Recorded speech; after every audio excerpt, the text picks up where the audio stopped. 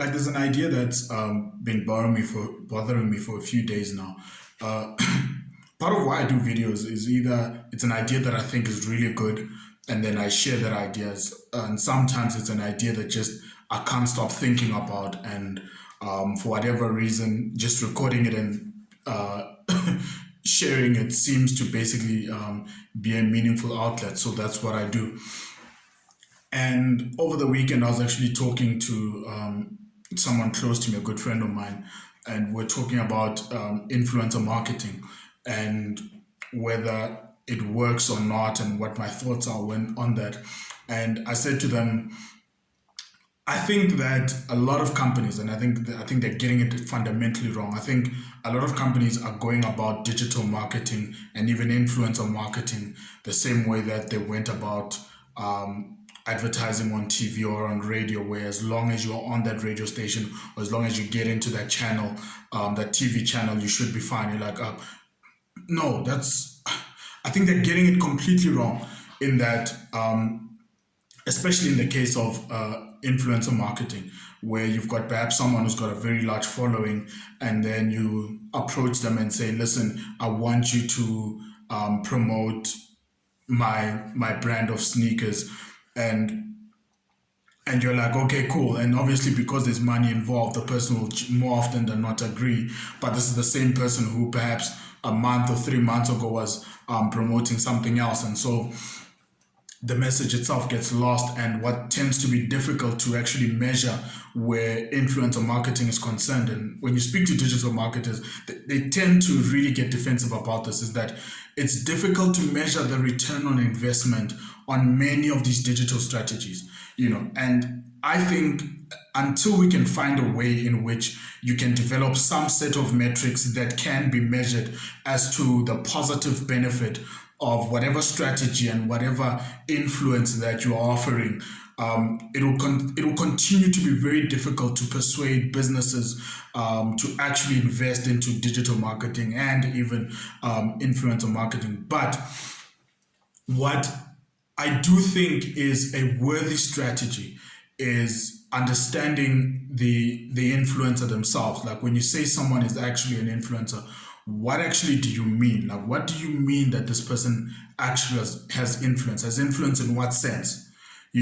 And the people that follow this individual, what is their reason for following that individual? What benefit do they actually derive from following that person? Is it in the fact that this person travels a lot and so they get to share those pictures? That's someone you see, someone who's like that is totally different to someone who, let's say, for instance, has a YouTube channel where they simply review sneakers. And if you are selling sneakers, that's the type of person you want actually talking about your sneakers. Like if you can get someone like that to actually review your set of sneakers, that's totally different, because the 500,000 or a million people that are following that person, they're following that person specifically for their input on the right set of sneakers, like what their take is on a specific brand of sneaker or whatever is. You see, so that, in my opinion, would be influencer marketing done right. Now, if that is a person that's known for sneakers and whatever else, and all of a sudden they're talking about baby food, the people that are on his channel are not there for that, So I think that is where a lot of companies are perhaps fundamentally missing the opportunity that actually does exist, where influencer marketing is really concerned, is in the fact that you want to understand why this individual has influence and the demographic of people, like as to understanding why people actually follow this person. Like, why does this person actually have a following, and would them or would partnering with them further the benefit of your brand? You see, and you see that with you see that a lot with companies that, let's say, for instance, like a Rolex and whatever. The type of people that they tend to have advertising their stuff are what we would generally call your more classy individuals.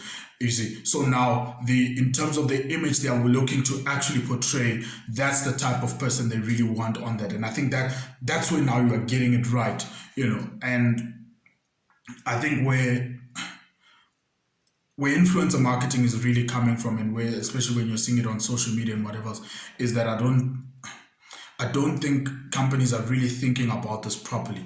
Is in the fact that the the reason why people are actually following these individuals is probably a greater predictor of whether seeing them with your brand will result in them actually buying your brand. There has to be a noticeable ROI on whatever it is that you're doing, even if it's not monetary.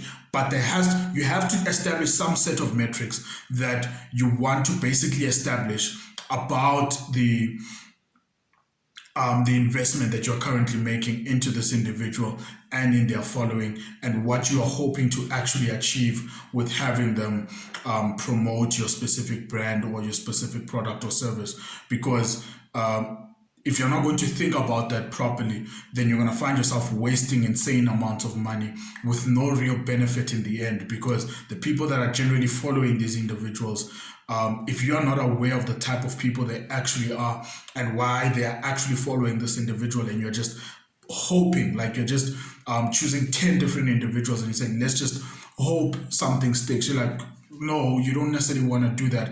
If you can actually choose, perhaps even if it's 3 or 4 individuals, but these are individuals that are known for a thing that is sort of in line with what you are actually trying to promote.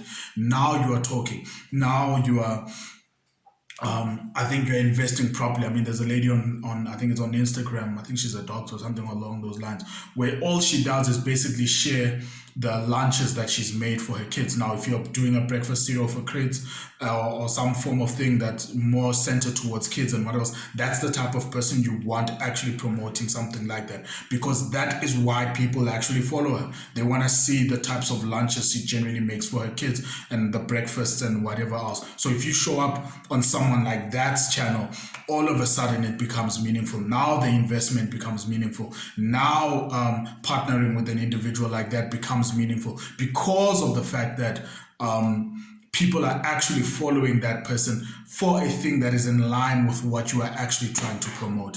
And so it's an idea that I've been thinking a lot about, and I generally don't really talk about marketing and what else, but I find it interesting from a distance.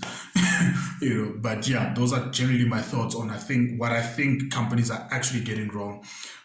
Fundamentally, I think about influencer marketing. Like, this is not TV, this is not radio. It's actually very different. The following that an individual has is more important probably than the individual themselves. Like, why are people actually following that person? And is that reason in line with what you are actually offering? And if the answer is yes, then you've got the right influencer. And if the answer is no, then probably you don't.